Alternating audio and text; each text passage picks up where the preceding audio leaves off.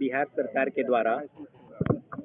जन संवाद का कार्यक्रम आयोजित करने का निर्देश प्राप्त हुआ है। इसी कड़ी में जिलाधिकारी महोदय के आदेशानुसार सभी प्रखंडों में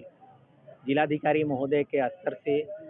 2, अनुमंडल पदाधिकारी के स्तर से 1 और प्रखंड विकास पदाधिकारी के स्तर से भी जन संवाद कार्यक्रम आयोजित किए जा रहे हैं। इसका मुख्य लक्ष्य ये है कि सरकार के द्वारा विगत 10 से 15 वर्षों में जो भी लोक कल्याणकारी योजनाएं चलाई जा रही हैं, जितने भी कार्यक्रम, चाहे वो रोड निर्माण से लेकर के और ये आपको पेंशन तक जो दी जा रही है, यानी व्यापक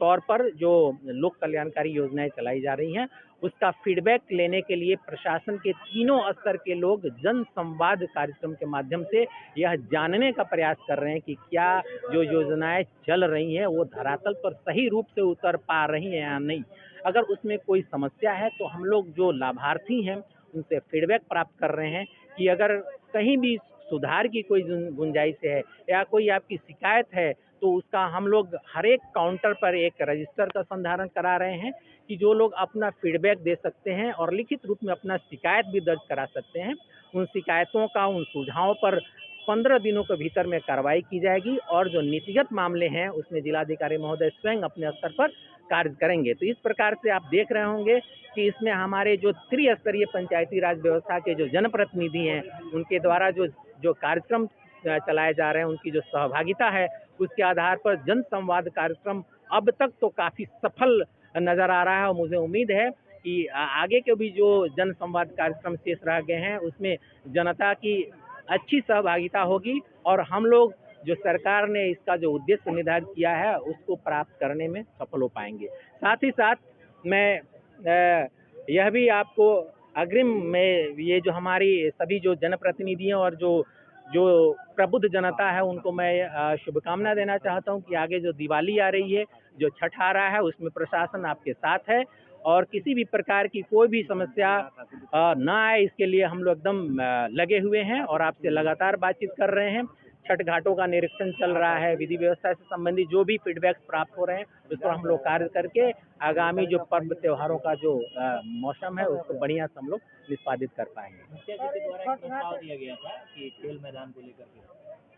उसको लेकर के आप जी, मुखिया जी के द्वारा एक प्रस्ताव दिया गया कि इनके यहाँ 2 से 3 एकड़ कोई ज़मीन है तो उसमें खेल का मैदान बनाया जा सके। इसमें हम लोगों ने विचार किया तो हमारे मनरेगा के जो पीओ साहब हैं उन्होंने बताया कि सर उसमें हम मिट्टी भराई का कार्य, समतलीकरण का कार्य और गोल पोस्ट का निर्माण मैं मनरेगा की योजना से मैं कराऊंगा और साथ ही साथ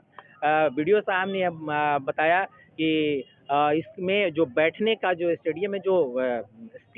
सीढ़ीदार जो होता है, स्टेयर जो होता है, वो निर्माण कार्य कराने का अनुरोध माननीय स्थानीय विधायक जी से करेंगे और मैं भी आपको बताना चाहूँगा कि मैं भी विधायक जी तक यह बात पहुंचाऊंगा ताकि यहाँ पर जो जमीन उपलब्ध है वहाँ पर स्टेडियम का निर्माण हो सके और इसका लाभ बच्चे उठा सके। सर, छठ घाट के निरीक्षण की बात जो कही जा रही थी जी, तो जिन्हा और पहाचक घाट के पास काफी दयनीय स्थिति है बूढ़ी गंडक नदी, ठीक है, जो लगभग साल में 10 से 12 ऐसे ही डूब मर जाता है। अच्छा, और वहाँ स्थिति बड़ा दयनीय है और पहले वहाँ पे एयर बैग करके जो आता है ना, घंटिया रखा जाता था करके, हाँ, और लगभग 3 साल से वहाँ नहीं नहीं तो मैं आपको बता दूं, अभी हाल ही में जिलाधिकारी महोदय और हमारे जो पुलिस कप्तान महोदय के द्वारा एक जिला स्तरीय बैठक की गई थी जिसमें निर्देश मिला हुआ है कि अंचल अधिकारी, प्रखंड विकास पदाधिकारी और संबंधित थाना अध्यक्ष लोग संयुक्त रूप से ऐसे घाटों का निरीक्षण करेंगे जो अगर ऐसा है डेंजरस है तो उसको चिन्हित करेंगे, वहाँ पर बैनर लगेगा कि इसका कोई उपयोग नहीं कर सके और साथ ही साथ जहाँ भी नदियों में जो घाट बन रहे हैं वहाँ पर गोताखोर जो आपके लोकल लोग होते हैं, गोताखोरों की भी हम लोग डिप्टेशन करेंगे और इसका सारा नियंत्रण आपके अंचल अधिकारी के हाथ में रहेगा। और ये भी बता दूं कि कुछ ऐसे जगह चिन्हित किए जा रहे हैं जहां पर जो मोटर बोट का भी यूज हम लोग करेंगे। इसका सतत निगरानी। क्या गाइडलाइन है? पटाखों को लेकर के एक गाइडलाइन आई है जो शहरी क्षेत्रों के लिए है। संभवतः 5 ऐसे शहर चिन्हित किए गए हैं जहां पर पटाखों की बिक्री पर रोक रहेगी और उसमें कार्बनिक पटाखा ऑर्गेनिक है तो वो चलाए जाने का, तो इन पर उसके लिए भी एक टीम बन रही है जिला स्तर से। और मैं आपको बता दूं कि पटाखों का लाइसेंस एक भी नहीं दिया जा रहा है। जिला अधिकारी के स्तर से एक भी पटाखे का लाइसेंस नहीं दिया जा रहा, पटाखे की दुकान।